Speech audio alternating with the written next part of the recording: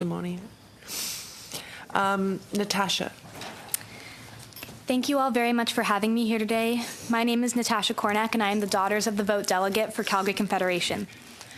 Roughly 1 year ago, I launched a campaign in Alberta called Right to Know, which is working to put an end to sexual violence in the province. I believe that there are three key elements needed to eliminate sexual violence and its ramifications: education, creating robust public health resources, and revamping our justice system so that it is accountable to those who come forward with allegations of sexual assault. The primary focus of my activism has been on reforming Alberta's sexual health curricula to teach youth about consent, how to prevent and cope with the aftermath of sexual violence, and how to maintain healthy relationships. This is something I'm working on at the provincial level with the help of many outstanding MLAs from various parties in Alberta. But I do believe that the federal government has an obligation and the ability to help with the third pillar of the plan that I just outlined, that being the revamping of our justice system. When I was younger, I was picked on by boys in my class. I asked my teachers for help, and they said the boys were doing it because they liked me. We equate the abuse and assault of women to affection, which sounds ludicrous when you say it out loud, but you don't need to look past our justice system to see that this is the case. From Justice Robin Kemp in Alberta, who told a woman she could have prevented her rape by keeping her knees together, to Judge Greg Lenehan in Nova Scotia, who claimed that a drunk individual can in fact give consent. Our justice system is failing those who are brave enough to come forward with allegations of sexual assault. Today, I ask this committee to consider studying the effectiveness and feasibility of a Survivor's Bill of Rights for survivors of sexual violence. Right now, there is a vast discrepancy in the quality of care survivors can access across the country. Many people in rural and northern communities, for instance, lack access to sexual assault centers and sexual assault evidence kits. Additionally, a recent investigation by the Globe and Mail found that on average, 1 in 5 sexual assault claims are dismissed as baseless, often due to a lack of physical evidence. The investigation also found that detectives in this country oversee cases of sexual violence without proper sensitivity training. In the courtroom, if a case even makes it that far, it often doesn't get any better. There have been cases where judges have refused to allow a lawyer to read a victim's impact statement on behalf of the complainant. There are judges, like the two who I just previously mentioned, who treat the complainant as though they are the ones on trial, calling their sexual history into question. This is a blatant violation of Section 276, subsection 1 of the Criminal Code of Canada. It's no wonder why 90% of Canadian women will never report their assaults. A survivor's Bill of Rights should include, but should not be limited to, the following: the right to be notified of one's options with reporting, the right for a victim's advocate, the right to ask for change in detective overseeing one's case, the right to accessible medical and counseling services, and the right to further preservation or destruction of a sexual assault evidence kit upon the survivor's request. For too long, our justice system has treated sexual assault as a petty crime, something to be met with a slap on the wrist. This undoubtedly perpetuates the pervasiveness of sexual violence in our country, and our government should not stand for it. We have the obligation to create provisions that will protect the rights of survivors of sexual violence. This committee has the opportunity to change the status quo, and I hope you will take actions to do so. Thank you very much.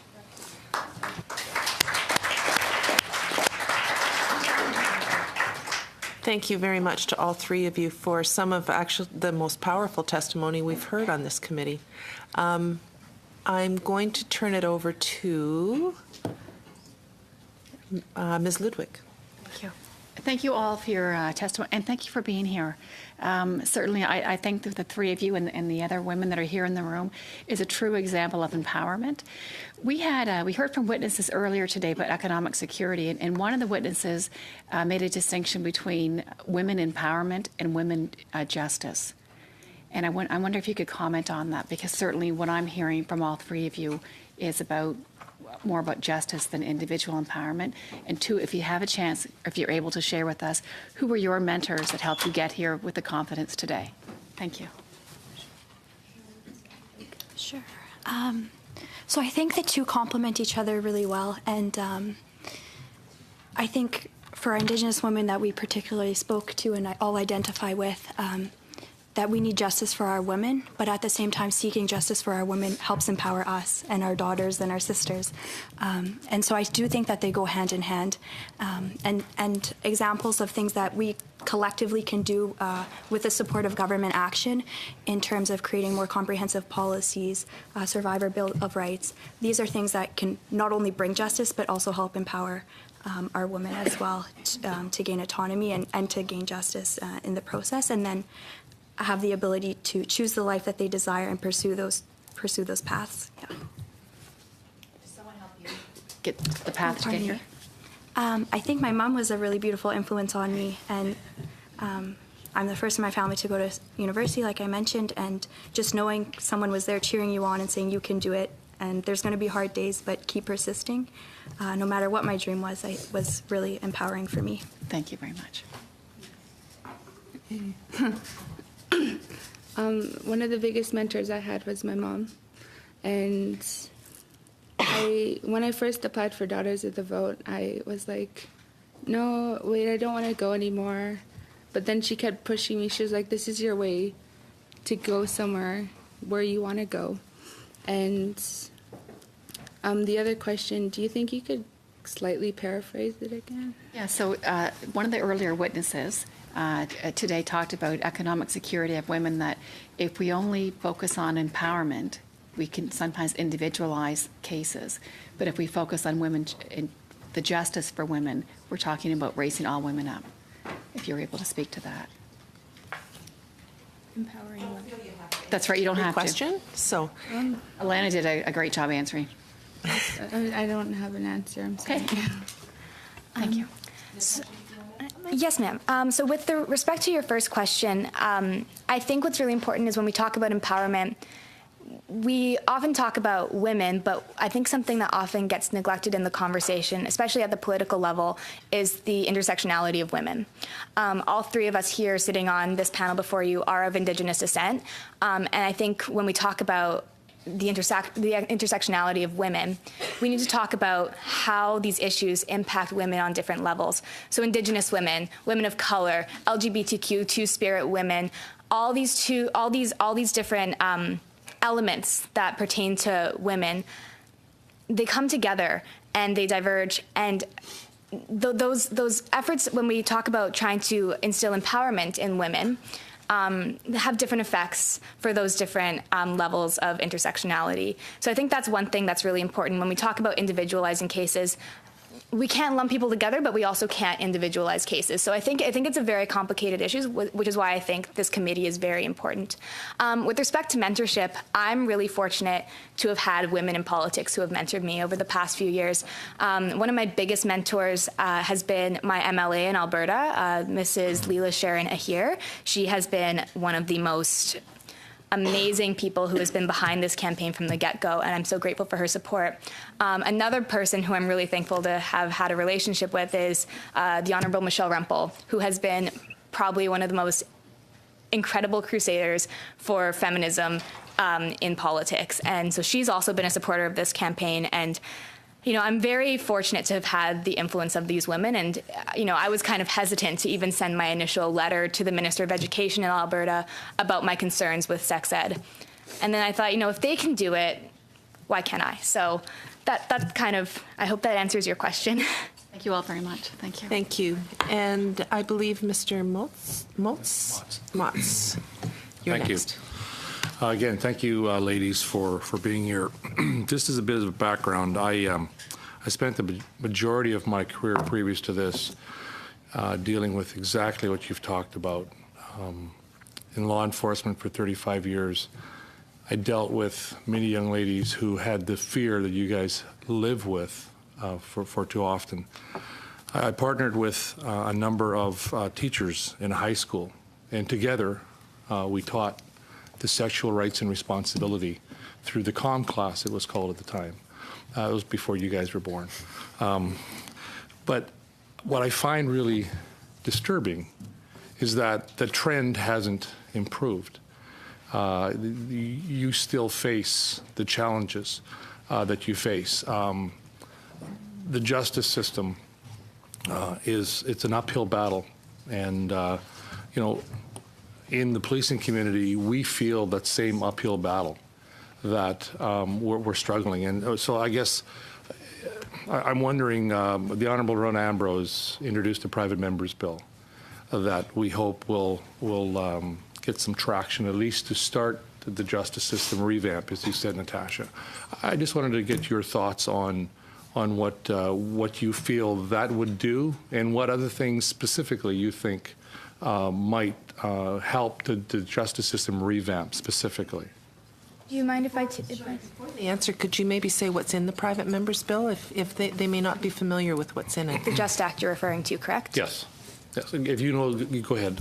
Well, I can just speak to it. So the Just Act is essentially aiming to improve training for judges who oversee sexual assault cases. This is something that I actually brought to Alberta's Minister of Justice, Kathleen Ganley, and she kind of was very dismissive of what I brought forward, but I think it's because it's at the federal level where we need this legislation. So I'm actually going to meet with Ms. Ambrose this afternoon about this legislation, and I think it's a very, very important first step to make sure that, like I mentioned, women who go on to pursue sexual assault charges often are treated as though they're the ones on trial, you know, and I think it has to do with how we sexualize women, and I could go into a whole rant on that. But I think that there's another element towards the justice system that starts at the policing level. And like I said, there's a report by the Globe and Mail, and if you haven't read it, I strongly encourage you to do it. It's called Unfounded. And it says that 1 in 5, on average, cases of sexual assault are dismissed as baseless, or they're called unfounded cases. So meaning that they don't have the evidence, whether it be physical or circumstantial evidence, to support them going forward with charges. And a lot of the time, we find that the police who are overseeing these cases aren't willing to cooperate fully, and they doubt the victim from the get-go. And so we need provisions at that level, I think, to start off with, to make sure that cases even get to a courtroom. I think one of the reasons why we don't see cases going as far as prosecution is because the justice system is expensive, and people don't see it as worthwhile and worth the taxpayer dollars to prosecute a rapist. And like I said, this goes again back to the sexualization of women. What people forget is that sexual assault is expensive. It costs our economy $2 billion a year. That's in medical costs, that's in costs for medications for sexually transmitted infections, unplanned pregnancies, counseling services, trauma, missed work, missed school. We need to look at the big picture and work to ensure that, because justice is an element of us ensuring the health and success of women and all people, but especially women who are victimized by sexual violence. I'm sorry for the long-winded answer. If you guys would like to chime in. I have a follow-up, if I could. Well, actually, I'm assuming that you have a question from the NDP, and Ms. May, are you going to ask a question? I'd love, Okay, so- with your permission, I definitely would like to ask questions. So we'll go to the NDP next. Thank you very much. Thank you all for being here, and thanks for your testimony. I know there's going to be a report to Parliament coming up on violence against young women and girls, and my NDP colleagues are drawing inspiration from your words here today. And I just wanted to say a special thank you to Shania for representing Elmwood-Transcona so well, which is my home riding, and for your courage and sharing your personal story. I think that's important for all of us to hear, because we often talk about these issues at the policy level, and it's a little sterile and a little distant from the impact that these things really do have in people's lives. So thank you for taking the time to remind us of just how important these things are and what they mean to people on the ground. And in the spirit of trying to bring back what we do here, which can be a little distant from people's everyday life, or seem that way anyway, to things on the ground, I was just wondering if each of you want to take a moment to say what you think in terms of a concrete step. Like, we talk about issues, and they're big issues, and there's a lot of issues that are connected, and it's hard to get a handle sometimes of just where do we start.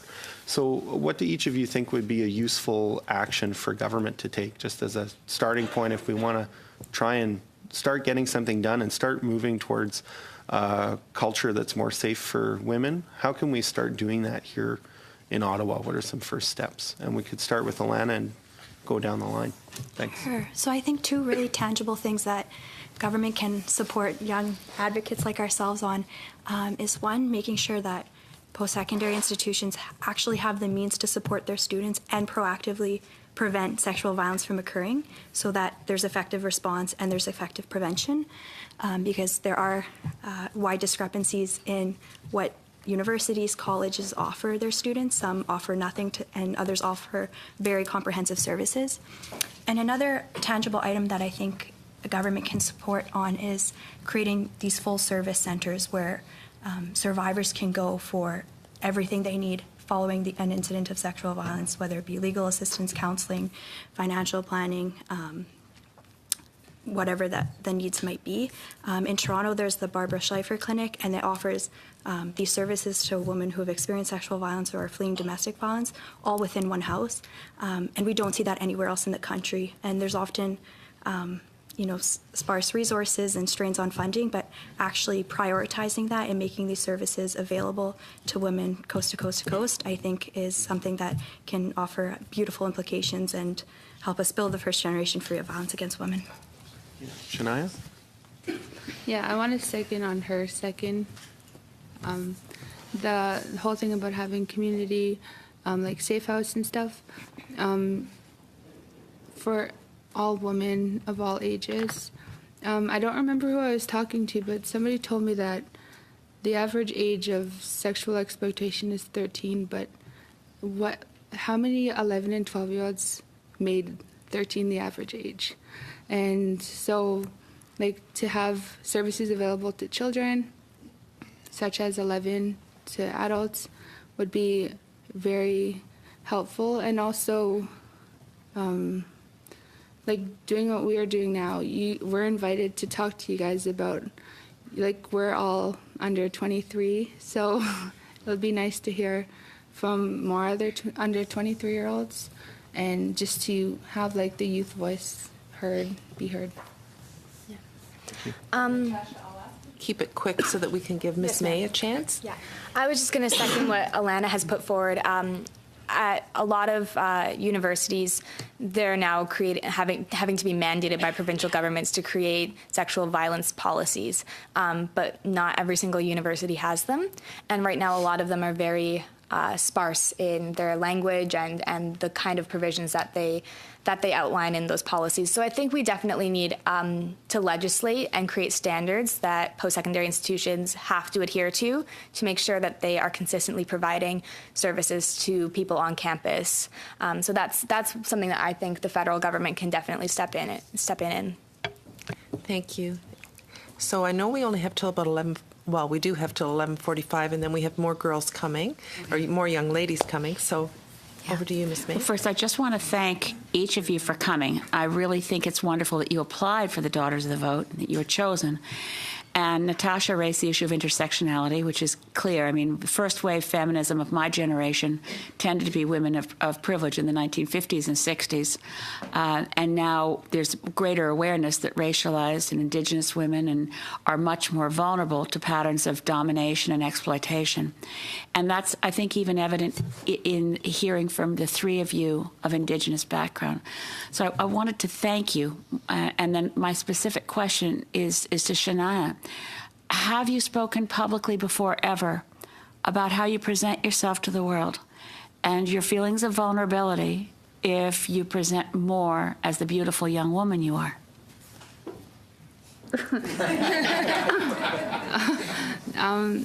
Actually, the first person that I told about the way I present myself was Alana last night. And so I thought it would be great to tell you guys, because I've been, like, holding it in so much, and I don't know, like, why not just put it out there? Like, somebody has to get the conversation started. So the opportunity came and I did it. Thank you. Very brave.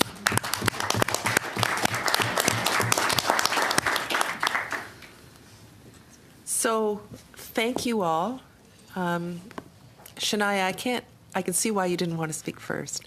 And I'm glad you did have the courage to share your story. And to all three of you young ladies, what an amazing opportunity for all of us to hear from you.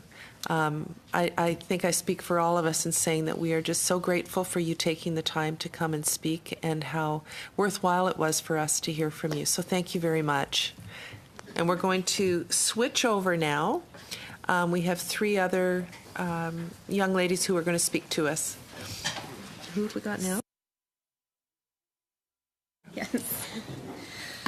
And it will be speaking our time.